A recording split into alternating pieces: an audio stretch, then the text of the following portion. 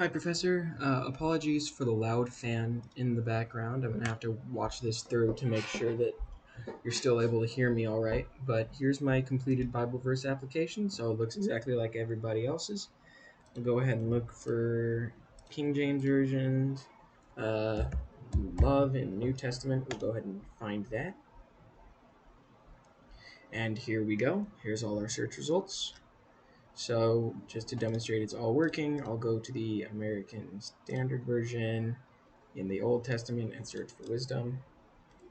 And there we go. All of the verses with wisdom in them in the Old Testament coming out. And then also, if I just don't search anything, we get an error message here. Please enter text.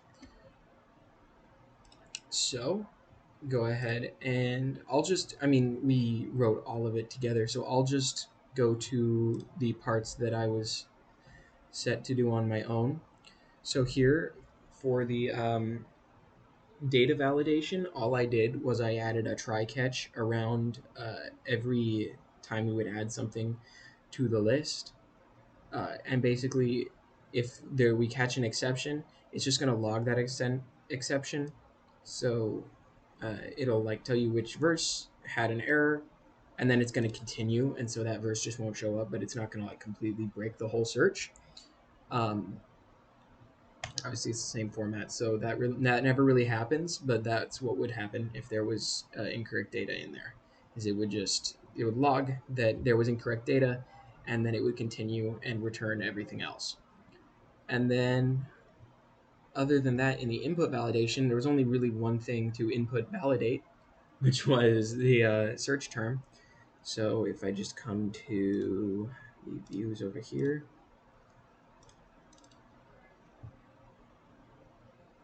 what I did was, where are we? Here we go. I just added required to this input, and then I added site.js to this, and then in site.js I wrote a little bit of JavaScript. Here we go. To basically add an event listener to the submission of the form, and then it's just going to check that the content of that text box, that input box, is valid. If it's not valid, it's going to prevent the default behavior, so it's not going to do the form submit. Well, it did the form submit, but it's not going to do the default behavior of the form submit, and instead it's going to return that page with the error message created. So it's just going to add a div to where the box is, and then add this text to it. And then everything else is everything we did in class. So thank you very much for watching, and thank you for a great semester.